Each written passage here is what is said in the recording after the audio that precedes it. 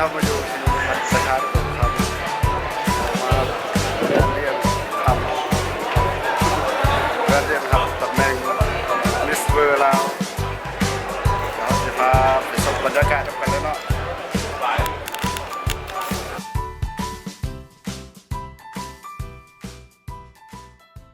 ที่9คำวันนี้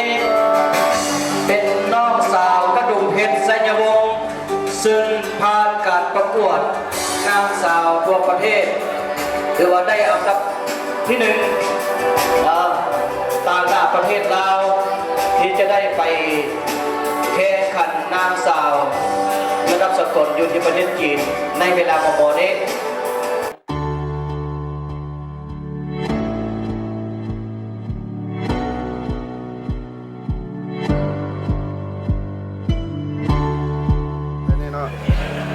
เป็นพ่อของมิสลาวเวอร์ครับมันจะมาให้ความเห็นเชิงเวที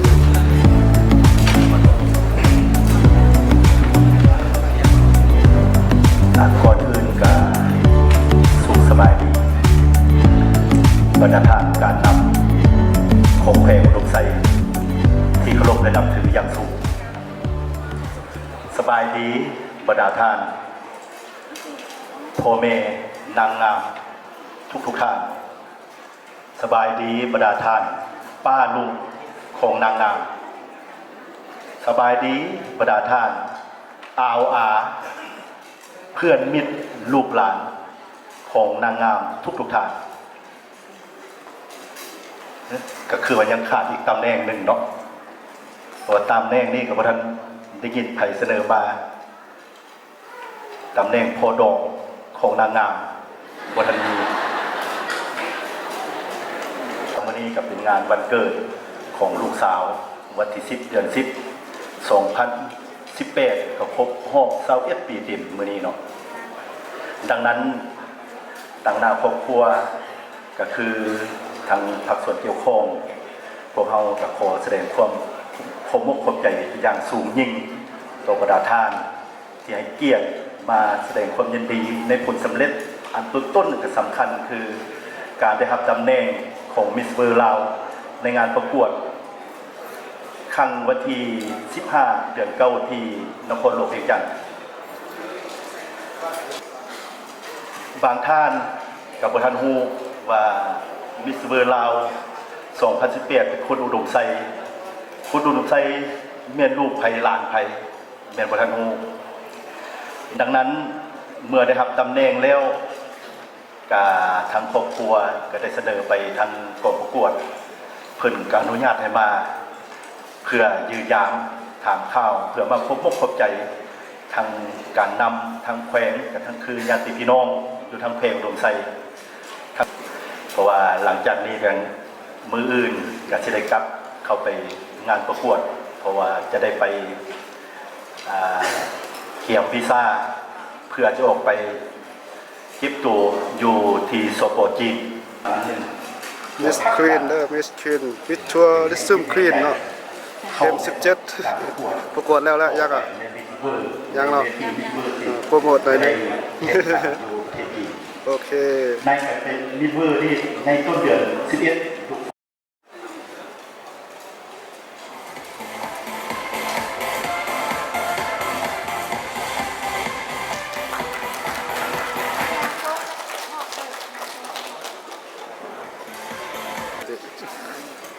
สบายดีแขกผู้มีเกียรติทุกท่าน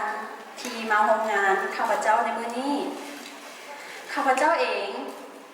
นางกระดุมเพชรไสยวงศ์มิสเวอร์ลาว2018ที่จะเป็นตัวแทนสาวลาวไปประกวดอยู่ที่เวทีสากลที่ประเทศจีน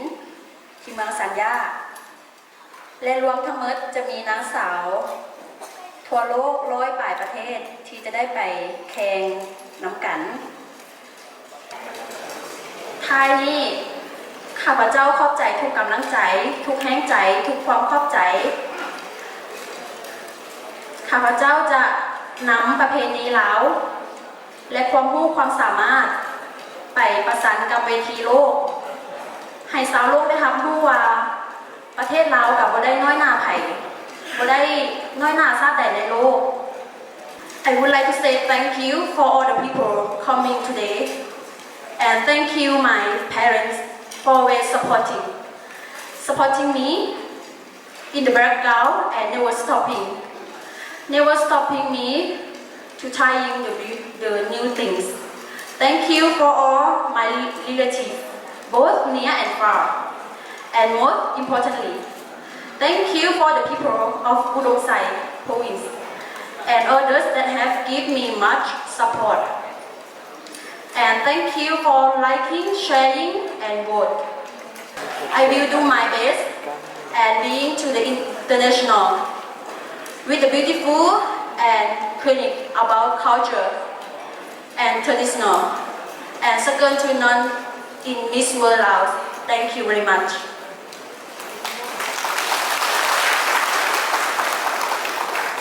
ที่ได้กล่าวคำเข้าใจในคำคิดคำเห็นต่องานนี้ ต่อไปขอเรียนเชิญทานพรสวัสดิ์พันธวิจิตรคณะประจำภาคหัวหน้าแผนกแถลงข่าววัฒนธรรมและท่องเที่ยวกล่าวคำคิดเห็นของเรียนเชิญ ต่างหน้าให้แขวงอุดมไซจัดงานนี้ขึ้นเพื่อแสดงความส่งเสริมแสดงความต้อนรับในการประสบผลสำเร็จของน้องกระดุมเพชรไซยวงศ์ที่สามารถคว้ามงกุฎอันทรงเกียรติในเวทีความงามระดับโลกของลาว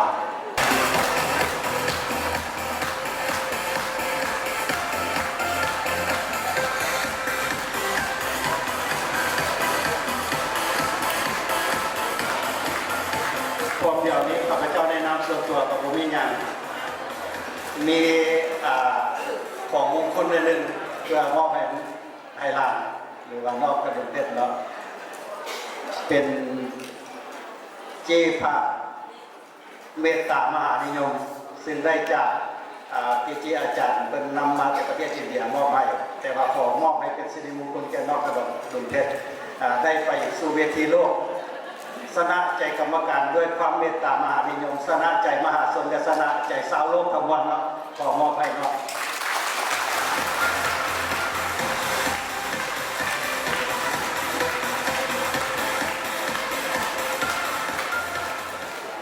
ท้ายนี้ก็ขอแสดงความขอบใจน้ำสุขภาพส่วนที่ได้สละเวลามีเกียรติเข้ามาร่วมในงานเลี้ยงทรงเสยต้อนรับและส่งน้องเข้าไปสู่เวทีต่อไปคือเวทีโลกฉะนั้นขอให้ทุกคนจงพร้อมกันตบมือส่งเสยและอวยพรน้องจงประสบผลสำเร็จหวังว่ามงกุฎนางงามโลกจะมาเป็นของน้องกระดุมเพชรและสาวแหวนกระดุมไซของพวกเราขอตบมืออีก1 เดือน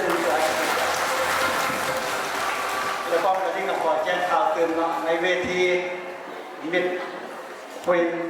ทัวริซึมซึ่งกับมีนางสาวอุดมไซของเราคนหนึ่งกำลังเข้าไปสู่เวทีนี้กำลังอยู่ในการเก็บตัวและกับฝึกซ้อมเพื่อจะประกวดในวันที่23 เดือน 11 นี้คือน้องน้ำฝนที่ขึ้นมามอบซอดอกไม้เมื่อกี้ก็เป็นตัวเก่งอยู่ในเวทีดับเก่าฉะนั้นก็ขอทุกคนจงให้กำลังใจส่งแรงใจให้นักสาวอุดมไซของเราได้สนาตึกอีกเวทีหนึ่งขอตบมือสมเสยแก่น้องน้ำฝนแล้วก็จะน้ำฝนออกมาเวทีให้จะได้เห็น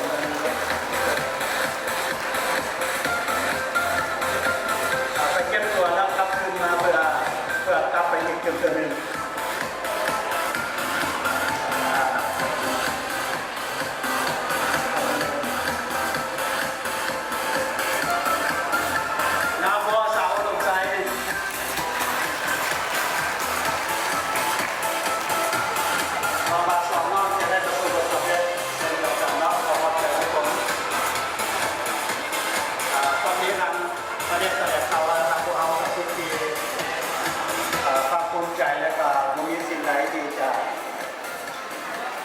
สนองความ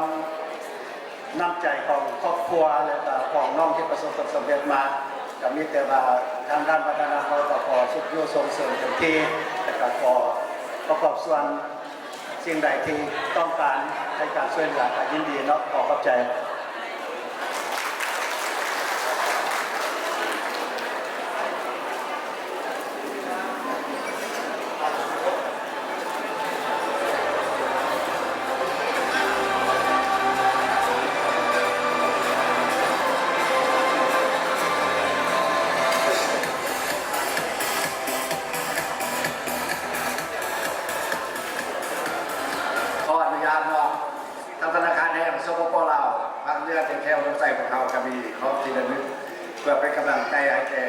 นางสาวน้ำต้องแค่รถใส่ของเราคือก็ประเทศลาวของเราเนาะ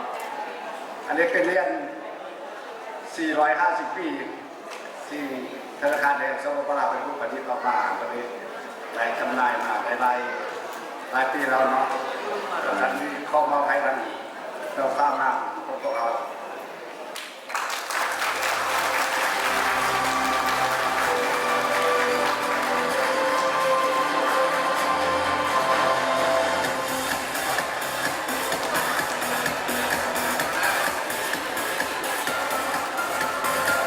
เจ้าต่อไปขอเรียนเชิญค่ะสมจิตปัญญาสาทองเจ้าแขวงแขวงอุดมไซ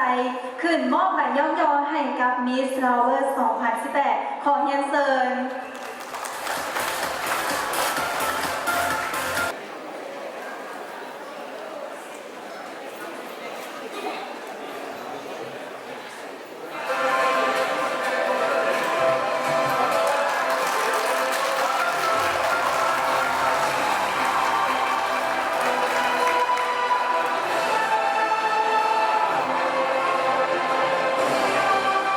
เชิญค่ะสมจิตอยู่ต่อน้อยหนึ่งจามเรียนร้อยอันดับต่อไปจะเป็นการมอบใบย่อมยอให้กับหรือว่าใบส่งเสริมให้กับผู้ที่สนับสนุนก่อนที่จะมีมิส Flower 2018 นี้ต้องมีการสนับสนุนอยู่เบื้องหลังอยู่แล้วเนาะอาจจะมีทานวิลาไสยวงศ์ประธานบริษัทเป็นไซแล้วก็ทานนางกองเนาะท่านเสริมสวยนั่นเองนางกองออนมานิลาแต่งหน้านางสาวนั่นเองเนาะขอให้เชิญสองทานเนาะขึ้นมา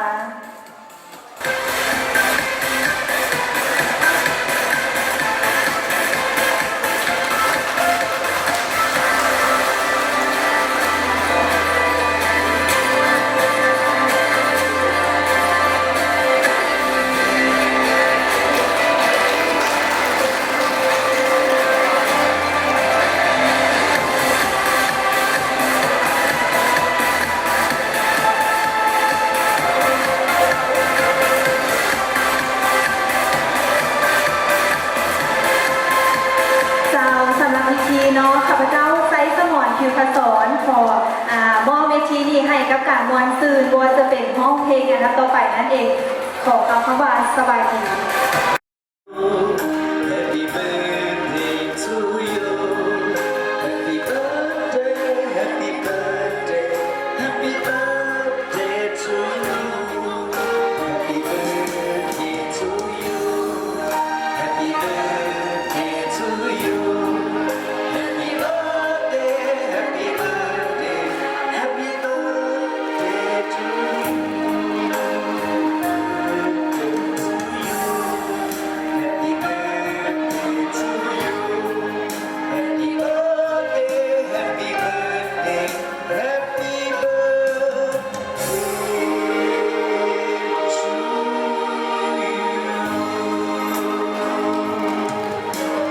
เอาเสียงตบมือให้ดังน้องสาวมาเลยเด้อปองเพลงเนาะเนื่องในโอกาสวันคล้ายวันเกิดวันนี้ก็ได้รับเป็นสิ่งที่ภาคภูมิใจทั้งฉลองวันเกิดและก็ฉลองตำแหน่งไปพร้อมนะไว้ใส่พรทางนางสาวกระดุมเพชรขอให้อยู่ดีมีแห้งสุขภาพเป็นสิ่งสำคัญเนาะสุขภาพต้องแข็งแรงเนาะแล้วก็ไปเข้าสู่เวทีสากลอยู่ที่ประเทศจีนก็ขอให้เฮ็ดหน้าที่ต่างหน้าสาวลาวทั่วประเทศก็คือนางงามลาวที่ไปเข้าร่วมแข่งขันอยู่ที่ประเทศจีนขอให้ประสบผลสำเร็จเนาะ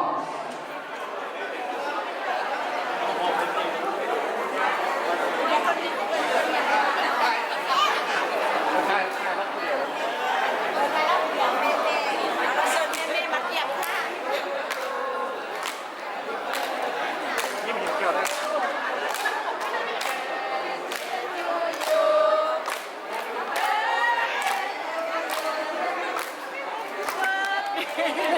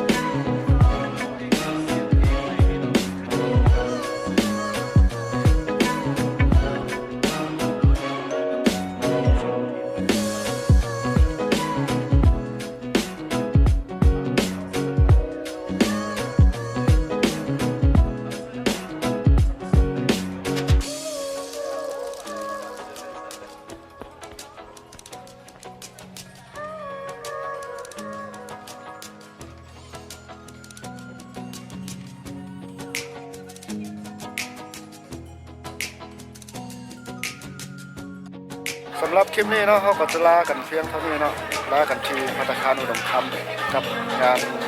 เลี้ยงตอนรับนางงามมิสเวอร์ลาวเนาะขึ้นไปก่อนสำหรับคลิปนี้บ๊ายบายเนาะเสียงดังนะทั้งในก็สามารถเล่าได้มีแต่ภาพบรรยากาศบ๊ายบายอย่าลืมกดติดตามกดไลค์